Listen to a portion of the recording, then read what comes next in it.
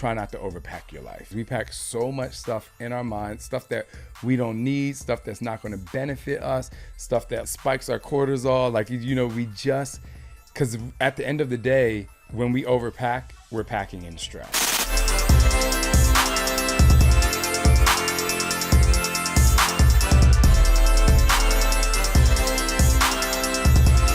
But man, you've had a revelation recently about your own health, about your own mental well-being, about your perspective, about longevity. Can you talk a little bit about that? Because a lot of folks, even folks listening, went along with you on that journey of you having the shoulder surgery.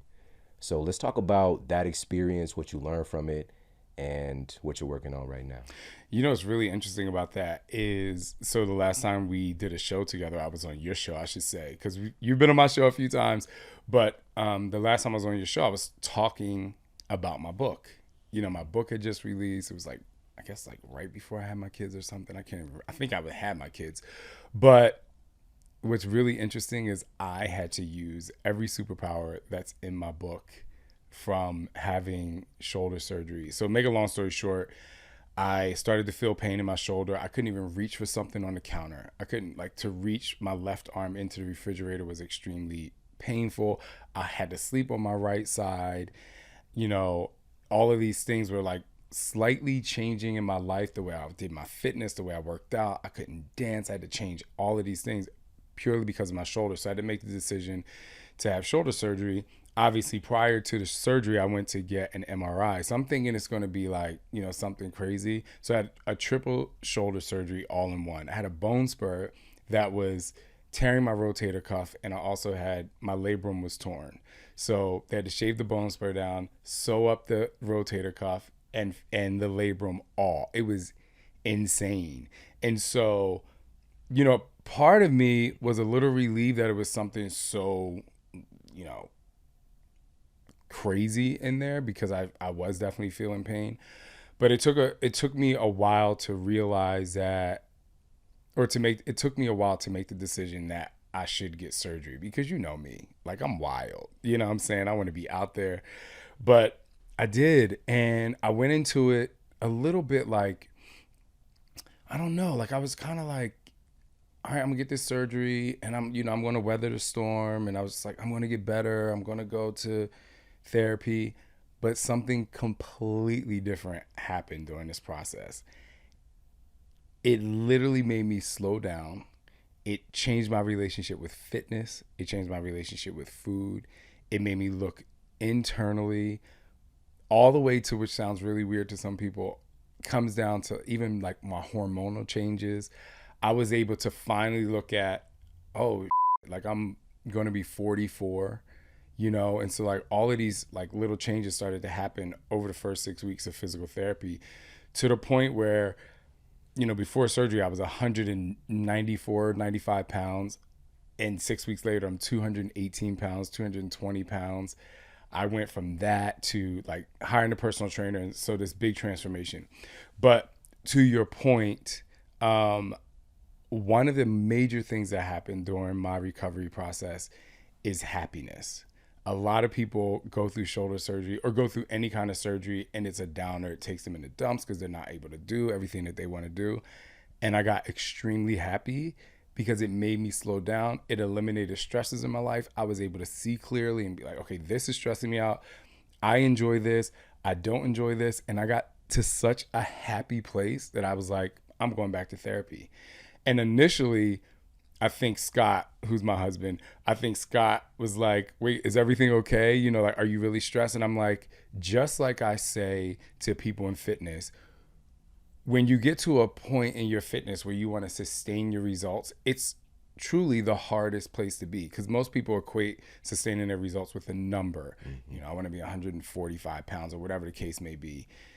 And so I always tell them, how are you going to sustain the results? And you have to do that throughout the journey. Like, accept where you are, accept every level of the process, break through every plateau, but make sure you find time to balance yourself on the plateau. And so for me, I'm like, I'm super happy in this transition of healing. And I was like, I'm going to therapy because I want to sustain this. I was like, I want to try to sustain this feeling. And a lot of people were like, well, how'd you find a therapist that like wouldn't know it's Shaun T, just kind of this whole thing. And just like anyone else, I went on Google and I literally researched, 40s plus man, kind of new dad, changing my business and my career. And I found this incredible therapist. And I am now on a journey to, it's like sustaining my happiness, but I'm also, in addition to that, finding out lots of things about me and things that I need to change and things that I need to do. But he's a sports psychologist therapist, so it really helps, with that with me. But anyway, so the reason I went to therapy is because I was so happy. I just wanted to try to figure out how to keep that. And so many people, I've been to therapy for, sexual trauma, which we've talked about on your show before. And a lot of people don't go to therapy until they're in a bad place in their divorce or in their marriage, a bad place in their life, something that they unknowingly suppressed from a kid. And I like to tell people, if you are really happy right now in your life, or if you're in a place that is joyful, go to therapy now, because you can build on the tools that you've already gained and you don't know that you've gained in this moment, so that when does hit the fan, you will have already set up some, ammunition to continue to push forward in your life. So that's kind of the first part of what I did through recovery, and like the first revelation I had of just like pure happiness. And then the next thing I was able to do is dissect some of these things, like my relationships with business partners. A lot of us out there, they get up, they go to work, and because you're in this place of kind of like what we were talking about, I think before we really started recording, which is like people just kind of like go with their everyday in and out, and they don't really understand like the changes that need to happen because they're so comfortable. I just started to be like, oh, like I can evaluate if this is working for me and evaluate this business relationship. And so go back to my original point, I was able to use the superpower in my book of being uncomfortable. And I was literally able to use it and say, this is an uncomfortable space and I'm going to make myself comfortable in it. And another superpower in my book, which is being flexible. It's like, well, I can't work out. I'm sitting in this hyperbaric chamber for like a few hours a week, which is really good for you, but it was also somebody like me that likes to twerk all day long. You know what I'm saying? I'm like, this is crazy. And I'm taking all of these uncomfortable situations and I'm being flexible, learning how to be creative within that. Yeah. And so, the therapy and the self-reflection and evaluation of things that were happening in my life prior to surgery just really revealed themselves. It was literally like a volcano exploded or erupted in such a great way. And I really like to tell people, not all bad things are bad things. Yeah. A lot of bad things, once you get through the stress of it all, because you should be allowed to feel the emotion that you're going through. But once you get through the stress of it all of that lava that's coming out of that volcano is actually incredibly great. And we all know what happens with lava. It turns into rock. Like, it makes you harder, it makes you stronger, but only really if you pay attention can you mold it to what it is that you can benefit from in your life. Yeah. So now I understand why those people would be taking pictures when the volcanoes erupting right by it. You're one of those. They're kind of reckless. You're one of those. I mean, mine was just an analogy. Yours is psychologically. Right. But also this speaks to your wisdom, to understand that this was an opportunity to foster growth. So often, of course, when things that are inconvenient happen, it takes a lot for us to get to find a silver lining, right? But I think that real enlightenment is just that speed of the process of how quickly you realize, oh, this is for me. This is presenting an opportunity for growth, for understanding, for letting things go. You mentioned that too when you were sharing your experience of just being able to identify some things you need to remove from your life. How important is that? I think people are afraid to remove things from their life out of fear of judgment. Maybe they have their own abandonment issues, but mostly fear of what people are going to think about them. And actually, it's really fear of change. I've said before, perfection is temporary, change is constant. And you can't continue to reach 100% unless you're constantly changing, because no one flies at 30,000 feet in every flight and never experiences turbulence. There are bumps in the road that you have to kind of go through. And so I just want people to embrace that.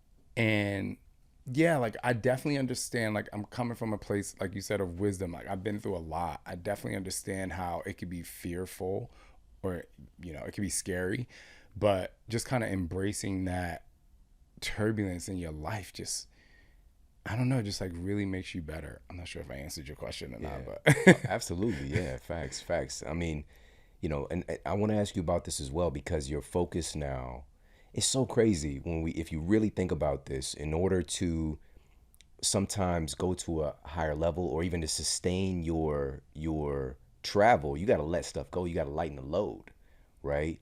But so often I think we be trying to take everything with us, pile on as much as we can, and it prevents us from really growing or for us to keep moving forward. It's a natural process of life to make room for other things, you know.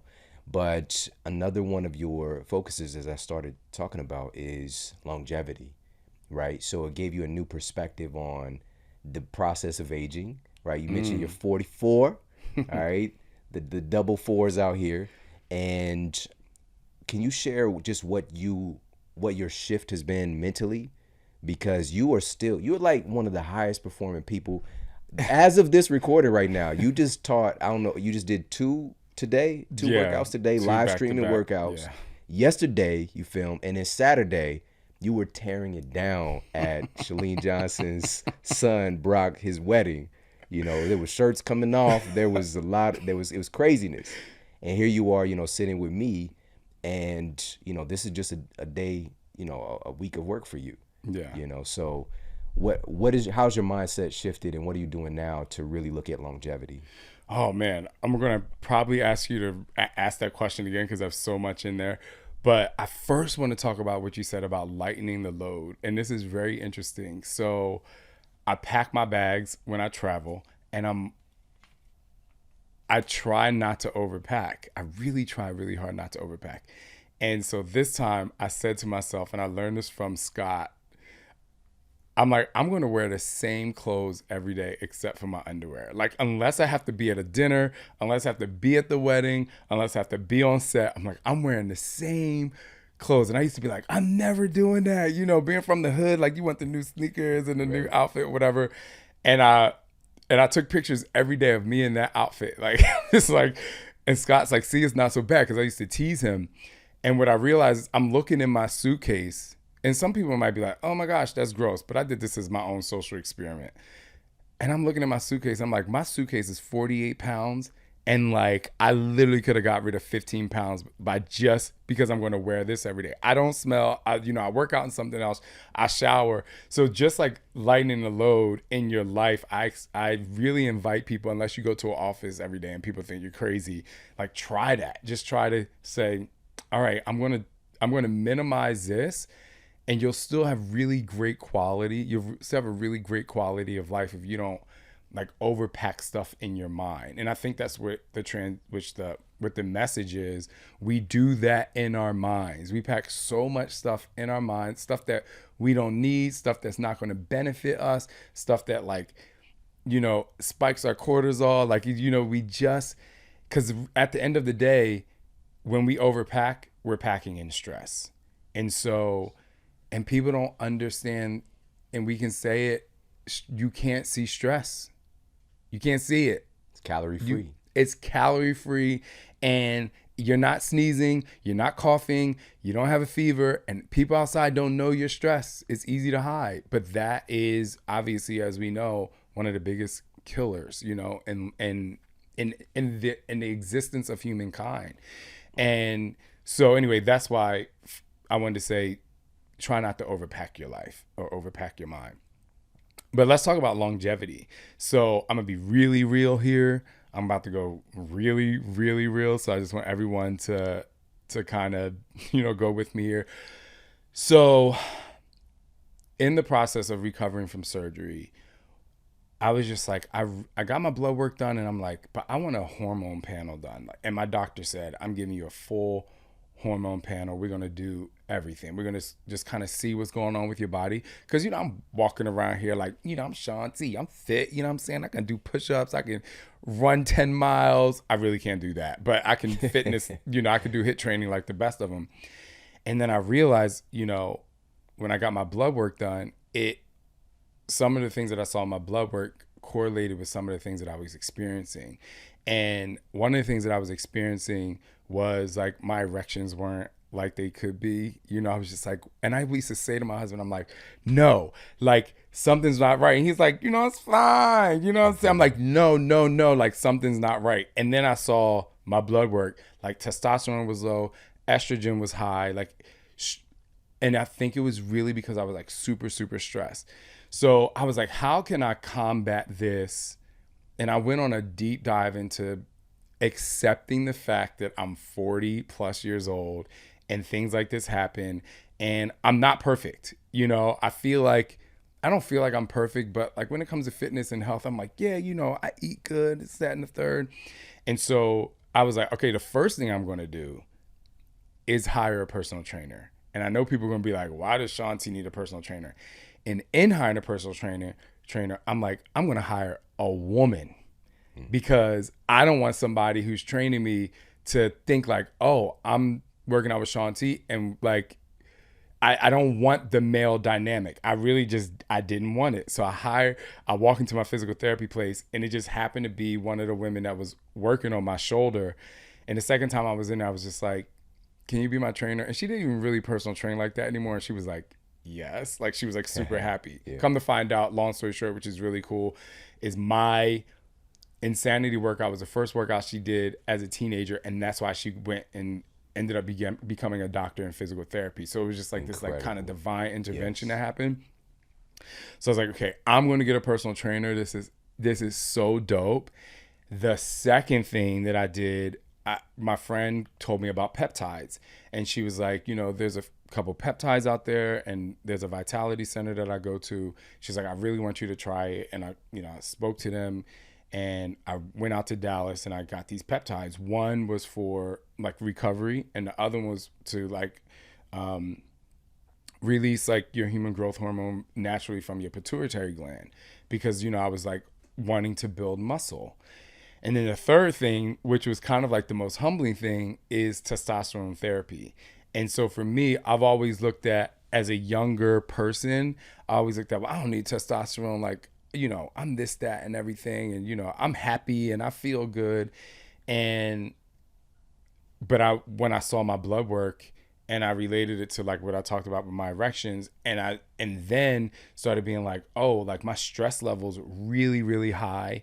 And I feel like because I'm a naturally energetic, happy person, like motivator, it's easy for me to funnel that energy into life. But I realized that, and I'm going to be very honest, at the end of the day, I was popping gummies, with some THC, not every day, but I was just like, I had such anxiety. I was like, I need something like, so like a couple times a week. And which is really crazy. People are like, yo, Shaun T, you taking that? Yes, I was. I was like, I was just like so out there, just kind of like trying to reel everything in. Anyway, so I was like, you know what? I'm going to try this testosterone therapy. So I actually got the one where they put the pellets in your body. So I didn't have to take a shot. And 2 weeks later, my entire mood started to change. Like, everything else started to change, if you know. It's more robust. Woo! Keep it real. Scott was like, and I was like, yeah, it is. Like it was like all these things happening. And then what it did was it made me accept the aging process. I was like, oh, like this is cool. It made me accept the aging process.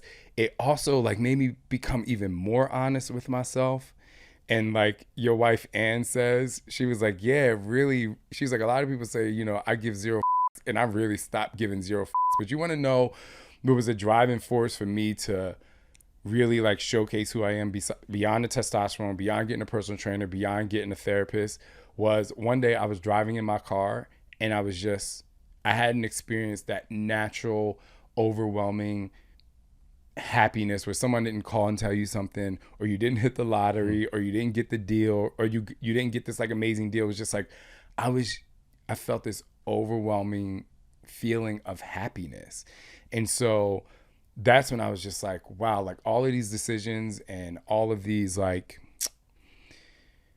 like, well, the struggles were good, that they caused me to make these decisions that like help me, getting help. And I think that at the end of the day, that is one of the things that I think a lot of people are afraid to do or admit, especially if it's medical, especially if it's hormonal, especially if it has to deal with your spouse and intimacy. And as a man, not wanting to feel weak or like talk about stress, it just like revealed all that where it helped me. I was just like, I have to accept this and I have to, dive into literally changing my life. And then it just made me accept who I am even more. Like from the time I was 21, like, me being gay was never an issue for my family or me. I was just like, that was never the issue. But society wise, like, being a fitness professional or fitness guru and being in a public eye, and people, because I was such a motivator, people say like, Shaun T's such a stand-up guy. I'm like, I am, but I'm also ratchet as hell. Like, I also love to dance. I also love the part. I also like, there's so many different sides of my personality. And I just was like, I need to showcase all of this. So now being where I am at this moment in this very space, I'm just living, people say live your best life. And I'm truly grateful that I can live my best life through the struggles that I've had even as an adult. Yeah, man. This is one of the reasons that I love you and appreciate you, is just being able to share, because so many of these things are so taboo. We just don't talk about them. Mm-hmm. And yet just about everybody experiences them in some different flavor of it. And because of the person that you are, like you said, when we were talking before the show, squats, lunges, push-ups, the stuff is pretty much the same, but it's not the thing, it's the energy behind it. It's the dynamics, it's how the person puts it together, it's how the person makes you feel. And right before you came in here, and this episode would have come out prior to this one coming out, but we had sitting in that same chair somebody who discovered pluripotent stem cells, and one of the most brilliant thinkers in the world, and his team is going on. I was like, Shaun T's gonna be coming here in a few. They're just like, oh my God, like he's had such an impact. He's talking about the original program that they did back in the day and how it got them into health. And now one of the guys has climbed like summited Mount Everest and like all these different mountains or whatever. But you were a catalyst in the life of so many people. Number one, how invaluable is that, to be a trigger? You even mentioned your personal trainer that you ended up hiring. Yeah. You put her in that position just by your influence. It wasn't the workout, it was you, And so to be able to dig through those layers, to take time and to open yourself up even more and to share and to express. And so, but just to circle back for a moment, we're talking about the level that we're at today, to be able to find out what's going on with our biology, right? This is a great gift that we have. But we're still talking about, if you're talking about a different treatment, the peptides, testosterone, these are still in the 1%, these 2%, whatever. It's who you are. You're doing all these other great things and stacking conditions in your favor to experience this vitality. Why not add these things to the mix? Right. You're not trying to focus on one thing is just going to save your life. You're doing so much. And this is what I'm a huge proponent of. It's just like, let's stack conditions in your favor. But what often doesn't get talked about, which you've brought up several times, is the fact that this is more about letting go than anything, and making room. Because, and we'll put the study up for everybody who's watching on YouTube. So there was this meta-analysis done. They found that upwards of 80% of all physician visits today are for stress-related diseases. Stress is f***ing us up, And so being able to, it's not just proactively creating a stress resilience. It's processing, which you mentioned, therapy. And it's also having the audacity to feel good, right? And so you've done things to help yourself to do that. Yeah. Oh, man. Whew. You say so many things and my brain is like firing all around. So first thing I want to say is the human experience. I know some people are super religious. They think they're going to heaven. hopefully they're not going to hell. They have like, people believe in afterlife. There's all of these, religions that keep people on a path of, believing. But, not but. And what's really important is for all of us to know that the only life you're really going to remember is the one you're living right now. Because if you do believe in afterlife, or if you do believe in, reincarnation, if you come back as a dog, you're still not going to remember the fact that you were Susie. You know what I'm saying? So why not make Susie really great, and like create an incredible human experience for Susie? How do you do that? You become a decathlete of life, or for females, you become a heptathlete of life. I always said if I went, even though I was like really good at the hurdles, 400 hurdles, but I always said if I would have like if I would have taken my track scholarship, I would have wanted to be a decathlete because, I don't really want to be good at one thing. I want to be good at a lot of things. I don't want to be great at one thing. I want to be good at a lot of things. And, because I've learned that at such a young age with athletics, I do that in my life, which is, we talk about therapy, hormonal therapy, help, relationships.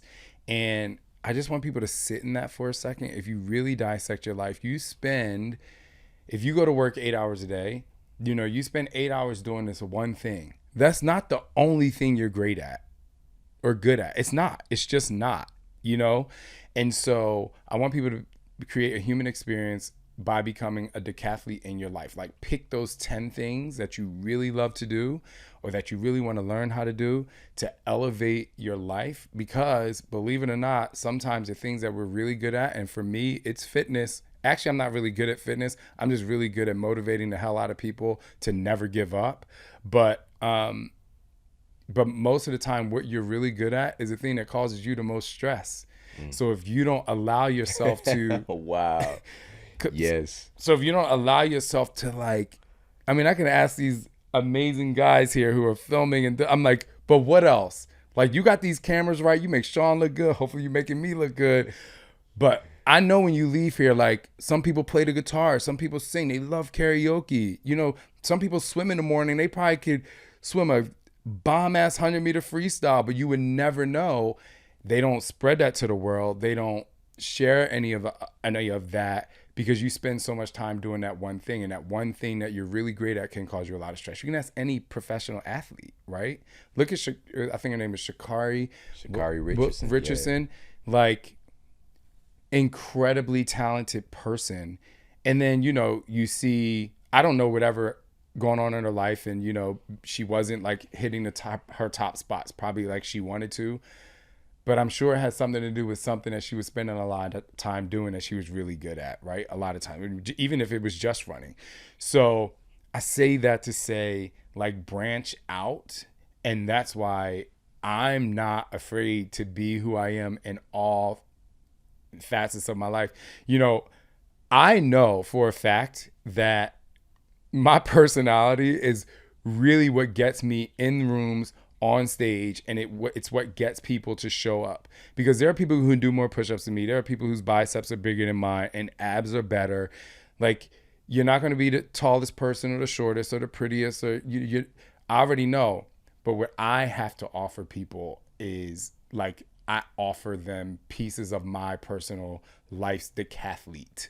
I'm like, this is what I can do, and you can use those other things that you're good at to enhance what you do for 8 hours a day in a way, if you think about it. Yeah, man. I love this perspective of the decathlete. Like, that's a game changer. Actually just taking time, do some introspection. Like, what are the 10 things that bring you joy?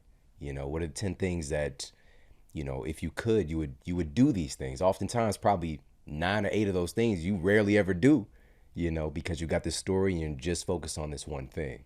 Right. So that's so powerful. And the fact that you mentioned the thing that you're really great at, giving you the most stress, I know that very intimately for sure, and we can frame it in a certain way as good stress. It helps us grow all the things, but it's still a stressor. It's a stressor. Yeah. You know, like you are so great at hosting a show. You're so great at bringing like I get like emotional when I talk about you to people because you're so great at like bringing facts and you know some people just talk to be talking. You know what I'm saying? Like you're really great at like letting them understand why you're saying something.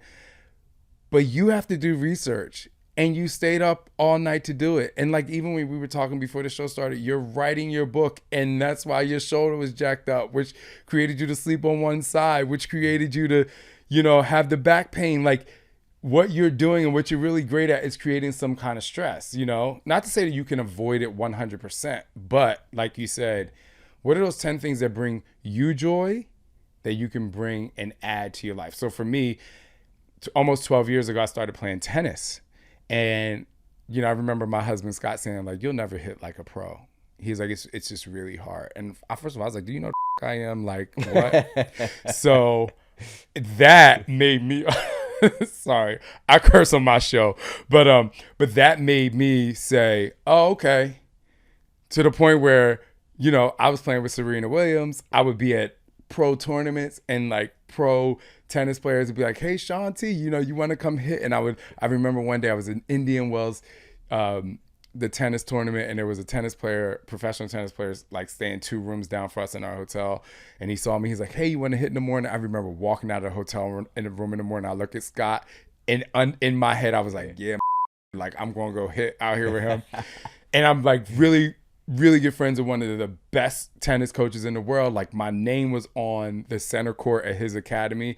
Now I love Scott. Like, you know, maybe he did it on purpose, but my whole point is like, I started playing tennis late in life and I realized I was really good at it.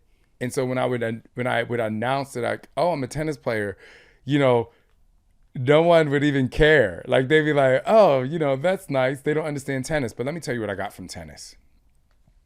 Not only did I get speed, power, agility, strength, all these physical things, but you know what else I got? Not specifically, but I learned how to play chess. I learned how to play chess, the chess of life. So like in tennis, you know, everyone thinks that like you're just trying to win a point. Essentially you are, but you're trying to build a point. You're trying to wear your opponent down. You know, you're trying to take him or her deep, short angle, drop shot. And so tennis, like I was able to apply that to my life. I remember like creating my programming for my fitness workouts. I'm like, oh, I'm going to like push these people. I'm going to make their brain work a little harder. I'm going to make them dig deep. Like mostly all of my tattoos have something to do with what I put people through physically and like the mental motivation that needs to come with the action that you're taking to be successful to be successful at that moment. So, and I use tennis a lot, man. It's just like so good. But now I'm 220 pounds and I'm like, whoo, I was playing this 18-year-old. I said, all right, you're going to have to use his legs and his booty to like shorten the point. You can't wear him down because he's going to wear you down. But, you know, it's just like things that you do in your life, you can really use in other areas of your life. And it's so profound if you do it.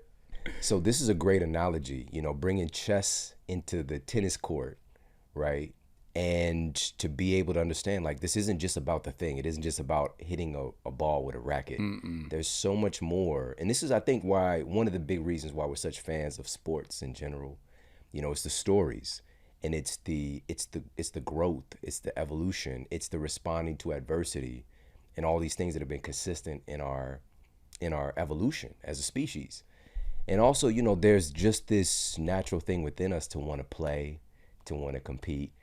But of course, it's gotten crazy to the point where, you know, technically you're putting a ball into a basket, and yet you can make $500 million doing that, what might be considered to be a child's game. Yes. You know what I'm saying? But it's just like, how would we get to a place where that's a thing is, I think we're also a fan of excellence. But then this comes to with that excellence and also our nature to want to compete, whether you're on the court or you're just rooting for a team. This can also put you in a position where you're also receiving vitriol as well. And how do you handle that? So this brings a good segue to my guy here, with you being authentic to yourself and you expressing yourself and you again, sharing your gift and impacting the lives of so many people, but you're also a diverse person with so many different things that you're passionate about. Obviously, you faced a lot of, I mean, in comparison to the love, it's minuscule, Right. but that can jump out to you when people are throwing hate your way. And I know there are a lot of people listening who feel compelled to share their voice and to share their personality, but they're in fear of getting that pushback or that hatred or that criticism. How would you recommend people? Well, first of all, how do you deal with that? You know, back a few years ago versus who you are now. Oh, how do I deal with it? Well, a few years ago, because I was just kind of dubbed like the fitness guy and the fitness guru, and I would go on shows and I would do motivational talks. I think that the world of the social media niche kind of just made people funnel me and or you or whomever, funnel people into like, this is who they are fully. And so I just thought that was like, I always thought that was really odd, because it's like, now people like make you a TV show, or like it's like they're tuning into a channel. I mean, and sometimes that like really works, like, with products and stuff, that really works, because it's like, what am I going to get? But when it comes to me as a human, I don't want to be funneled into that. And so before, I just remember, like, first of all, even when people found out I was gay, because the tabloids went crazy when I got married. They're like, Shaun T comes out via Twitter. I'm like, I've been out since I was 21 years old. Like, I don't know what you're talking about. So I thought that was like really odd. So once that happened, I was called the fag. Like, I was called all kinds of stuff. Like, people who like did my workouts and they would say, oh my gosh, you changed my life. They would also like call me those words. And I just thought that it was like super hurtful, because like you said, there's all this love, but like those things where you literally live your life to help people, and because you're just different than them, they want to like ridicule you and make you like trash because they haven't experienced that, or maybe they're hiding that, you know, or maybe they haven't had a relationship with somebody that's like you, and it doesn't define who I am. It was crazy. Like, I used to just get like really mad. But then, so the next transition was, I stopped really caring. And then I realized that most of the people, like you say, are showing so much love. And then some people would write messages of, thank you for your bravery. Thank you for you being you. And then I took the role of protector, because I'm like, it's less about me. Because some people say, oh, don't respond to the haters, or don't respond to that. I'm like, well, first of all, I'm not one to not take up for myself. And secondly, I'm definitely not one to watch somebody else get bullied. So when you're saying this to me, there are people who literally come to my page or to my event or whatever it is, because they want to be in a safe space, in a free space. So then taking on the role of protector really helped me graduate to, yeah, like I'm really going to show all of who I am. I'm really going to be, messy today, post my podcast, give you motivation tomorrow, help you lose weight the next day, help you gain weight the day after that, and just be really open about who I am. I thought one of the biggest, most interesting things was, I remember I had, over the course of the pandemic-ish, I like really quickly got like 1.3 million followers on TikTok, or 1 million followers. And it was just like, just got all these followers. Like, it was so crazy. I thought the algorithm was so interesting. And on Instagram, I lost 70,000 followers because I started showing more of who I am. I stopped making people feel comfortable. I stopped living in this is only who I am. But it was just so interesting because on another platform, I'm gaining, like you said, you lose 70, but you gain 1.3 million. Yeah, there's crossover, but not a lot. And it's just like, so I just thought that was really interesting. So that was just kind of like this social, like mental thing that I was like, why would I not be who I am? I don't wake up to hurt anybody. I literally wake up being like, how can I like make people feel good today? How can I make people feel sexy today? How can I make that person that messaged me yesterday? You know how many men message me that they're in the closet? Like, it's unreal. It's unreal. 95% of them are married with kids. And so while these people are hating me for being who I am, I'm like a lifeline for so many other people. Or women will message me about my love for my husband. Like, they're in a heterosexual relationship, but they're saying, wow, like, oh my gosh, this is giving me ideas to talk to my husband or talk to my wife. Or so, I just keep doing what I'm doing, and I keep evolving into what I'm going to evolve in.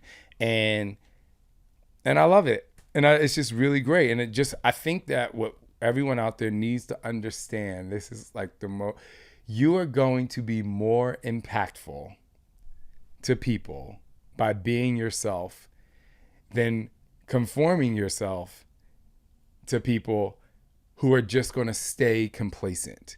Like, if you make people only feel comfortable all the time, they're not going to learn from that. But the minute you step outside of your comfort zone of who you are, you're going to relate to people and you're changing lives. Just like, your show, you push the envelope. Like, you go against the envelope. I'm sure people be like mad as you know what I mean? But you're like, no, but like, there's another way to think. There's education to be had.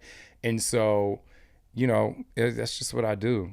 Yeah. And I'm just not afraid to do it. Yeah. I used to be. I was bullied. I was a gay kid, in third grade. I remember getting bullied in third grade. And then I'm just like, well, I'm just going to fight. I'm like, I might be gay, but I can whoop that ass. You know what I'm saying? Like, I'm not going to just sit back and be like, oh, like, no, we going rock. You know what I mean? And I only got bullied in third grade. That was the last time. Because I'm like, first of all, I didn't even know I was gay. Like, you know what I'm saying? Yeah. So I'm like, all right. So, I just kind of, I guess I just kind of take that now too. But I just take on the role of protector. I just don't think people should have to feel bad for who they really are. Yeah, yeah. Today is, well, like, we have so much exposure to other people's perspective, which in some ways is beautiful. In some ways it's a problem because you're exposed to everybody's perspective. And it's great because everybody has a voice, but it's also potentially problematic because everybody has a voice. Exactly. And with that said, you've got to be able to go within to maintain your sense of sovereignty and awareness that, for somebody to take the time, if you're genuinely doing something to be of service or just to, to share your heart, and somebody has the time to take their own time and write something negative or to say something evil to you, or to just spew hatred at you, to take the time to do that, you've got to be able to put that in its proper perspective, because it truly does. I don't have time for that. I've never left a negative YouTube comment or said something negative on somebody. I don't agree with everything. Of course, I don't agree with what everybody's saying and doing, but I don't have time to sit up here and construct a negative thing to say. I wish them the best. Like, if it is a seriously like deranged perspective, it's just like, I really hope that they find their way. Like, peace out. I'm moving on. You know what I mean? Yeah. But to take the time to say something negative, it really does say, because people say that, like, it says so much about them. That sounds like a good quotable, but for real, like, you've got to be able to rein in your mind and understand, like, this is who I am. And if I'm going to be, I know friends, and I know we've probably both done this, but we'll go down a hole with some people trying to find, like, no, you're misunderstanding, Yes. Because I'm about that life. I love people. I've got, whatever amount of experience. I'm here to serve. That's not my intention, whatever you're saying, right? And you could waste time and energy trying to appease somebody who really, in the grand scheme of things, does not really care. They don't. Yeah. And to that point, and I really want to say this. Here's what's like really, like, kind of like a crazy revelation that I had. When people leave negativity on your doorstep, when people talk, like, let's say people gossip about you, right? They leave that whatever environment that they gossiped about you, and they're happy, and they don't think about you for one more second.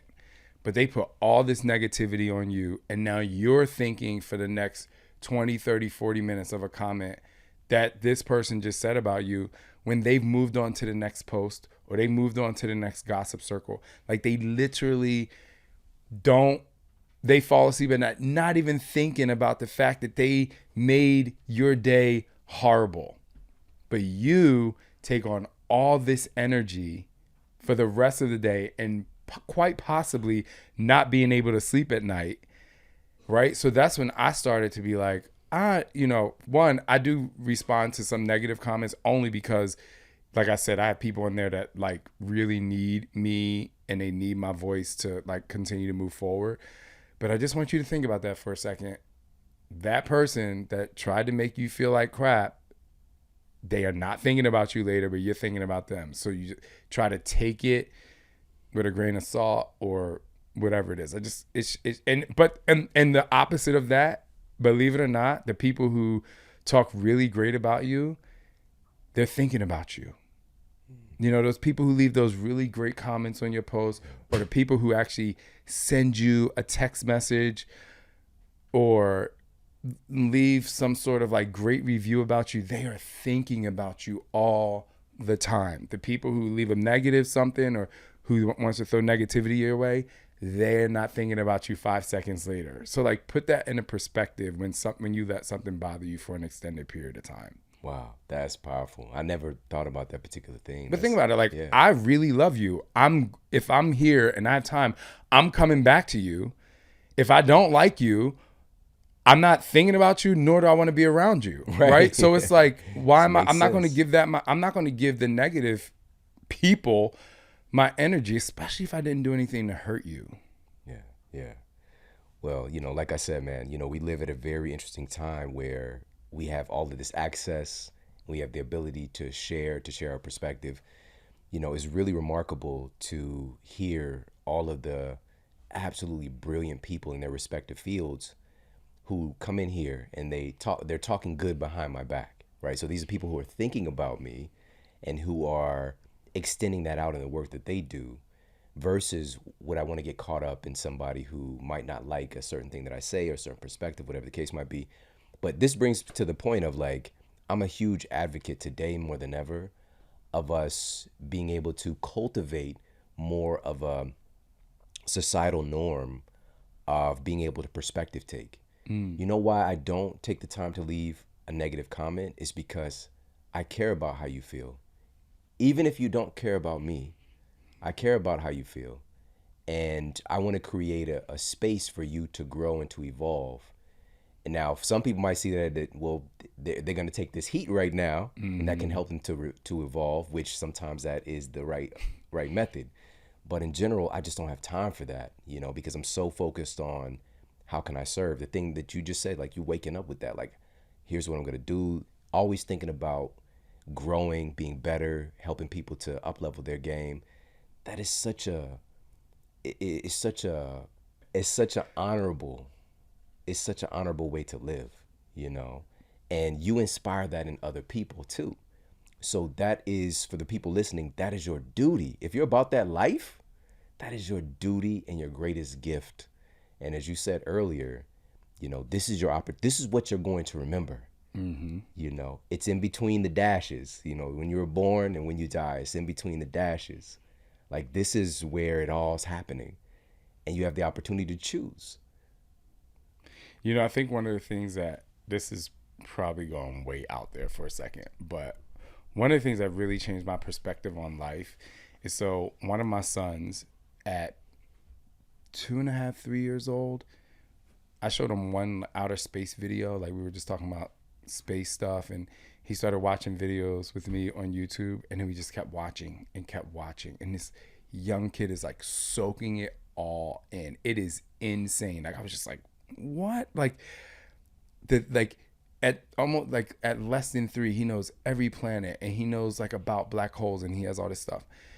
And so as I'm going down this rabbit hole, literally, of, our universe, and I realized, when I learned, I was like, the sun is going to die. The one thing that keeps us alive is also going to die. Like, think about that for a second. Like, the one thing that keeps us alive is going to die, which means, I say this in like, I think people understand. I'd be like, we ain't like, you know what I'm saying? Like, we are everything, but it's like, you know, like it takes 8 minutes for the sun's light to even reach us. You know what I mean? Like, this massive thing that's giving us life is going to die. So while I'm here on this blip of time, because like in a couple billion years, like this planet is not going to be here. I'm like, I have to make the most of it right now. I literally have to make the most of this right now. This is too amazing to let pass us by. And as a person who, you know, struggled with anxiety, took depression medication before, you know, went through, again, sexual trauma, you know, been in abusive relationships. Like, I'm in a place where I'm just like, no, like, I literally have to live my best life. And I do this, which is like really bad. I always assume I'm just going to live to 100. I'm like, I'm going to give myself to 100. And I'm like, okay, I got 56 years left. Like, that's amazing, which means I haven't even lived 56 years left. And I went through all this mess. I'm like, yo, I'm about to thrive my life away, literally. Like, I'm going all the way to the end. And, you know, I just want people to try and do the same. Man, you know, certain people, man, you just can't help it, man. You know, being around you and, you know, picking this up. And so grateful for you. So you were here filming, doing some live streams or some workouts. So can you tell people where they get access to that kind of experience with you, and also just what else you got going on where people can come and hang out with you? Yeah, so I am on Beachbody On Demand Interactive. It's called Body. All you have to do is follow me on social media. Usually when I post like a twerking video, it's just I'm about to teach or something. But yeah, you know, I come here and teach to LA and teach twice a month. I come once a month, but I teach 4 classes. So you can do a day pass with me. You can just follow me on Instagram or go to ShawnTLife.com for that. The other thing that I'm doing that's really, really interesting, I'm really excited about, is I'm diving into like doing more retreats rather than super huge events, because I realize that I get really overwhelmed when I do events like what we did. But when I do retreats that are tailored toward different things, I think I walk away, one, learning more about people. It's a little more intimate. So I'm doing like 3 types of retreats. I'm doing a dig deeper retreat, which is where you come for like 6 days and you have to complete a certain amount of workouts in those 6 days. You like fellowship with people and it's fun. I'm doing like an all men's retreat because, man, I'll get stopped in the elevator by just random guys and they'll be like, what do you do? You know, and they're like, how old are you? And I think they see like the white in my face, so they know I'm not like super young. And then I end up having these incredible conversations with guys. Like, they just like open up about like really incredible stuff. And I get a lot of DMs from them. So I really want to do like an all men's retreat just to like really fellowship with people and like create an outlet, you know? And then the other thing is like follow me on Instagram, because me and Scott are going to do our wine night. So during the pandemic, we did wine night after dark, and it's about like relationship and intimacy and communication, and just, you know, for people who either are single and they want to, you know, dive deeper into love, or people who are in relationships and they just want, we created a relationship thrivation course, you know, just like of our time being married, just to like, I think it's really important if you live with somebody to be as connected to them as you possibly can in a really great way. Because I did find out from multiple therapists that during the pandemic, there are a lot of people that, you know, because they realized that they were kind of just coming home from work, but not really knowing each other and knowing each other's growth. So we just kind of took the opportunity to get people to connect to their spouses. And it just has been really great. But I just tell people, follow me on social media and just like turn on your notifications so you never miss anything good. Let's go. Hey, if you like this video, make sure to check out this video right here. I'm now 64. I quit running competitively when I was 30, and I shifted away from endurance and more toward speed and strength. But I was able to make that transition to the point where now I feel pretty competent as a strong, lean guy who performs pretty well in the gym, but also I sprint. I play ultimate frisbee with 20-somethings, and I can keep up with them.